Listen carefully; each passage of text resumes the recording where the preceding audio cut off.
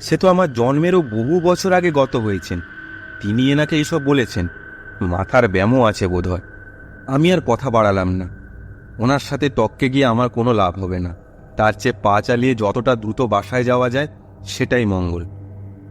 আমিও আসছি বলে তাই এগিয়ে যেতে লাগলাম। আরও খানিকটা যেতে বাড়ির সামনে এসে পৌঁছলাম। আজ বাড়িটা বড্ড বেশি নিঝুম লাগছিল। ভিন্ন স্বাদের গল্প শুনতে এখনই সাবস্ক্রাইব করুন আমাদের অফিসিয়াল ইউটিউব চ্যানেল তমলুক টকিসে। নমস্কার প্রিয় শ্রোতা বন্ধুরা, তমলুক টকিস থেকে আমি সুমিত বলছি। তমলুক টকিসে আজ আপনাদের জন্যে গ্রাম বাংলার এক ভূতের গল্প, পিছন ফিরে তাকিও না। গল্পে যাওয়ার আগে আপনাদের কাছে একটি বিশেষ অনুরোধ, যারা এখনও আমাদের সাবস্ক্রাইব করেননি প্লিজ সাবস্ক্রাইব করে নোটিফিকেশান বেল আইকনটা প্রেস করে রাখুন, যাতে নতুন কিছু আপডেট সববার আগে আপনার কাছে পৌঁছে যায়। আপনারা আমাদের পাশে থাকবেন এই আশা রাখলাম। তো চলুন শুরু করা যাক আজকের গল্প, পিছন ফিরে তাকিও না। গল্প পাঠে আমি সুমিত। সন্ধে নামলেই গ্রামের পূব দিকটা কেমন জবুথবু মেরে গুটিয়ে যায় একেবারে। 25 বছর আগেও আমরা যখন গ্রাম ছেড়ে শহরে চলে গিয়েছিলাম তখনও এমন হতো। এই 25 বছরে পৃথিবী কত এগিয়ে গিয়েছে, অথচ মণ্ডলপাড়ার প্রাচীন অশ্বত্থ গাছটার বাঁ দিক বেঁকে যেতেই মনে হলো আধুনিক সময় থেকে এক ধাক্কায় কে যেন আমাকে 50 বছর পিছিয়ে দিল। সরু রাস্তাটা আগে মাটির ছিল, এখন কংক্রিটের হয়েছে, এইটুকুই যা তফাৎ। রাস্তার দুপাশে প্রায় কোমর সমান জুম গাছের জঙ্গল, সেখানে এক টানা ঝিঝি ডাকার শব্দ। এই পথ দিয়ে আর একটু গেলেই গ্রামের প্রাচীন কালী মন্দির। কেউ কেউ বলে মন্দিরটা প্রায় 400 থেকে 500 বছরের পুরনো। মন্দিরের কাছেই আমাদের পুরনো বাস্তু। আমরা বংশ পরম্পরার মন্দিরের সেবাই। আগে আমাদের মানে চক্রবর্তীদের আভিজাত্য ও জৌলুস দুটোই ছিল, এখন কিছুই নেই। থাকবে বা কী করে? আমরা তো আর থাকি না এখানে। ভাঙাচোরা বাড়িটার একটা অংশে হারান কাকা থাকেন। জমি জায়গা অনেক ছিল, বড় একটা পুকুরও।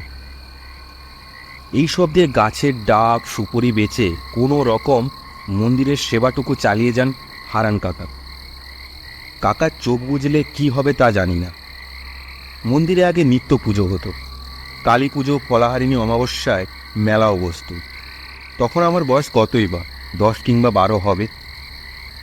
দাদু মারা যাওয়ার পর বাবা দেখভাল করতেন, কিন্তু বাবা গত হওয়ার পর আর তেমন দেখভাল হতো না।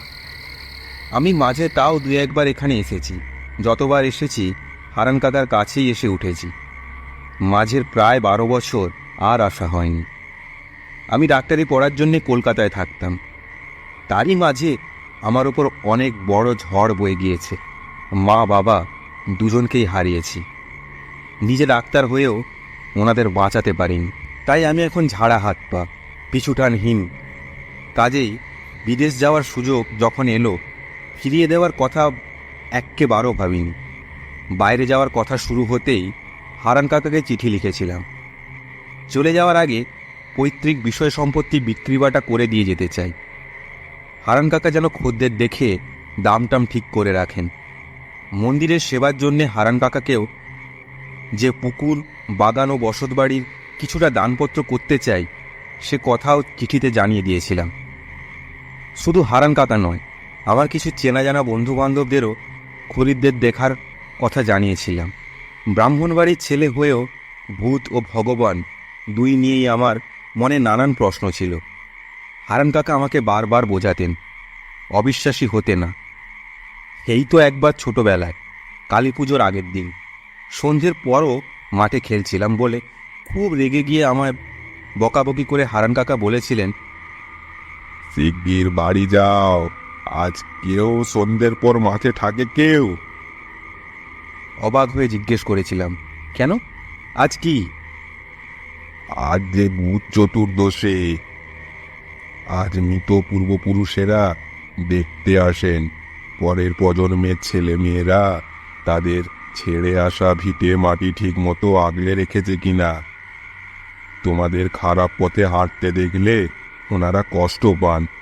তাই আজ আমরা বাড়ির আনাচে কানাচে আলো জেলে ওনাদের স্বাগত জানাই। আমি তো হারান কাকার কথা হেসে উড়িয়ে দিয়ে বলে বসলাম, তা আবার হয় নাকি গো? আমার কথার পাত্তা না দিয়ে তিনি বলে গেলেন, তাছাড়া আজ শুধু পূর্বপুরুষেরা নয় গো, আজকের দিনে খারাপ আত্মারাও ঘুরে ফিরে বেড়ায়। তাদের পাল্লায় পড়ে গেলে নিশ্চিত সর্বনাশ।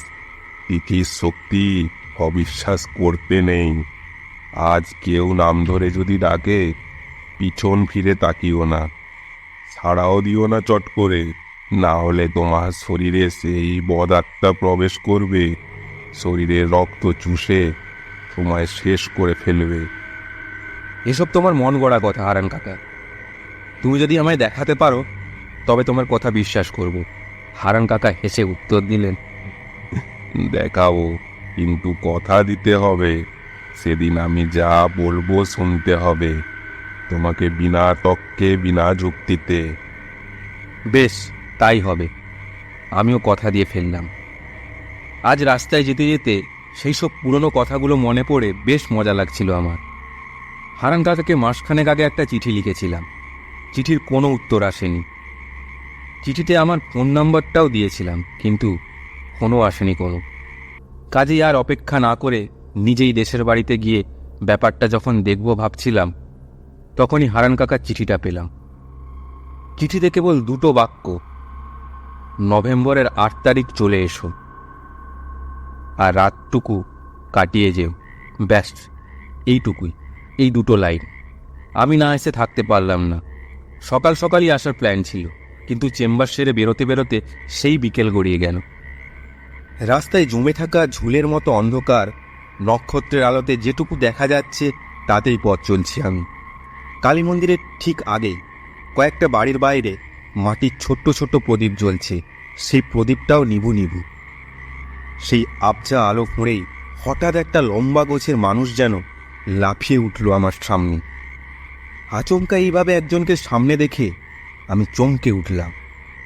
তিনি আমার মুখের সামনে ঝুঁকে পড়ে ফ্যাঁসে গলায় বলে উঠলেন, কোন বাড়ি, কোন বাড়ি? আমার বুকটা ছ্যাঁত করে উঠল। কারণ নেই, তবুও ভয় আমার গায়ে কাঁটা দিয়ে উঠল। তিনি আবার বললেন, কার ছেলে গো? বাবার নাম বললাম। তিনি একটু চুপ করে বললেন, ঠাকুরদা, ঠাকুরদার নাম কি? বললাম, স্বর্গীয় নন্দগোপাল চক্রবর্তী। ও, তার মানে তুমি মেজ তরফের। তোমাদের ভিটেতে তো ঘুঘু চড়ছে, হে, সব শিয়ালের আড্ডা হয়েছে। কর্তারা তো দুঃখে দীর্ঘশ্বাস ফেলেন সর্বক্ষণ। আজও তো দুঃখ করে আমায় বললেন, ওরে নারু, ভিটেটার যে কি হবে আর তাকাতে পারছি না যে। আমি অবাক হয়ে ভাবছিলাম, কার পাল্লায় পড়লাম রে? আমার ঠাকুরদা, সে তো আমার জন্মেরও বহু বছর আগে গত হয়েছেন। তিনি এনাকে এইসব বলেছেন? মাথার ব্যামো আছে বোধহয়। আমি আর কথা বাড়ালাম না। ওনার সাথে তককে গিয়ে আমার কোনো লাভ হবে না। তার চেয়ে পা চালিয়ে যতটা দ্রুত বাসায় যাওয়া যায় সেটাই মঙ্গল। আমিও আসছি বলে তাই এগিয়ে যেতে লাগলাম। আরও খানিকটা যেতে বাড়ির সামনে এসে পৌঁছলাম। আজ বাড়িটা বড্ড বেশি নিঝুম লাগছিল। আগেও বাড়িটা নিরিবিলিই ছিল, কিন্তু আজ আমার গা ছমছম করে উঠল। বারান্দায় মাটির প্রদীপ জ্বলছিল। বারান্দায় গাছের পাতায় বাতাস লেগে অদ্ভুত ফিস ফিস আওয়াজ উঠেছে। হালকা কুয়াশাও পড়ছে। সেই কুয়াশা ঠেলে আমি বারান্দায় পা দিতেই দরজা খুলে গেল। হারান কাকাই দরজা খুলে দিলেন। আমার দিকে চেয়ে বললেন, যাক, তুমি এসেছো তাহলে। তুমি ডাকলে না এসে থাকতে পারি? আমিও হেসে উত্তর দিলাম। কি অন্ধকার করে রেখেছো গো চারদিক? এইদিকে তো ইলেকট্রিক এসে গিয়েছে, বাড়িতে একটা আলো লাগাতে পারোনি? আলো কি দরকার? একবার ওই আলোর নেশা ধরে গেলে অন্ধকারে যাদের দেখতে পাই তাদের যে হারিয়ে ফেলবো। হারান কাকার কথা শুনে কিছুটা অবাকই হলাম। আমার কিছু বলার আগে হারান কাকা আবার বলে বসলেন, আর দাঁড়িয়ে থেকো না, কলতলায় জল রাখা আছে, হাত পা ধুয়ে নাও, হ্যারিকেনটা নিয়ে যেও। আমি হাত পা ধুয়ে খাওয়ার সেরে বিছানার এক কোণে এসে বসলাম। কিছুক্ষণ বাদে হারান কাকাও এলেন। কাকা বললেন, তোমার আজ দেখেছি তার নির্দিষ্ট কারণ আছে। তুমি এই বাস্তু ভিটে বিক্রি করো না। তোমার পূর্বপুরুষেরা এই সম্পত্তির হস্তান্তর চান না। তোমাকে নিয়ে তারা অন্য স্বপ্ন দেখেন বাবু। রাগে আমার মাথাটা ঝাঁঝা করছিল। বেশ বুঝতে পারছি হারান কাকা এই সম্পত্তি গ্রাস করতে চাইছে। আমি এই সম্পত্তি বিক্রি না করলে তারই লাভ সবচেয়ে বেশি। এতদিন পুরো সম্পত্তি একাই ভোগ করেছে তো। হারান কাকা বলেই চলেছেন, তারা চান তুমি এখানে গৃহদেবীর নিত্য পুজোর বন্দোবস্ত করো। তাছাড়া এই গ্রামের মানুষেরা দিনের পর দিন বিনা চিকিৎসায় মারা যাচ্ছে। তুমি বড় ডাক্তার হয়েছ, তুমি যদি সাধ্যমতো তাদের পাশে না দাঁড়াও তবে কে দাঁড়াবে বলো? আমি গম্ভীর গলায় বললাম, এত ঘুরিয়ে পেঁচিয়ে বলছো কেন? বলোই না। তুমি চাও না যে সম্পত্তি আমি বিক্রি করি, এতে তোমার স্বার্থে ঘা পড়বে, তাই তো? আবছা আলোয় দেখলাম হারান কাকার চোখটা কেমন ছলছল করে উঠল। তাও চোয়াল শক্ত করে বললেন, তোমায় চিঠিতে বলেছিলাম আজ বিশেষ দিন, আজ ভূত চতুর্দশী। আজ পূর্বপুরুষেরা নিচে নেমে আসেন। তোমার হয়তো বিশ্বাস আজও হচ্ছে না। এইবার সময় হয়েছে তোমাকে দেখাবার। বিছানা থেকে উঠে ঘর থেকে বাইরে বেরিয়ে হারান কাকা বলল, এসো এসো দেখি আমার সঙ্গে। আমি বাইরে বেরিয়ে হাঁটতে লাগলাম। আজকের রাতটা অন্যরকম। কুয়াশায় মাখামাখি হয়ে আছে চারিদিক। শুকনো বাঁশপাতার মধ্যে টুকটাক শিশির ঝরে পড়ার আওয়াজ হচ্ছে। আমি আর হারান কাকা মন্দিরের সামনে এসে দাঁড়ালাম। আমার বেশ শীত করছে। মন্দিরের দরজা খোলা, ভেতরে মস্ত একটা মাটির প্রদীপ জ্বলছে।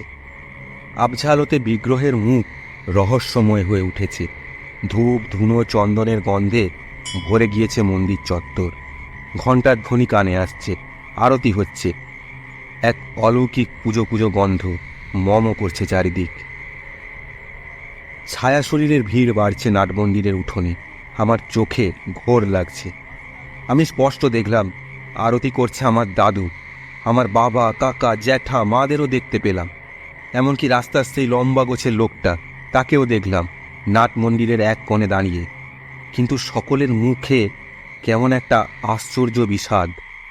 মা বাবাকে চোখের সামনে দেখতে পেয়ে দৌড়ে গিয়ে ডাকলাম।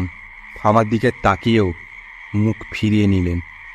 অভিমানে আমার কান্না পেয়ে গেল। ঠিক সেই সময় কানে ভেসে এলো এক কণ্ঠস্বর।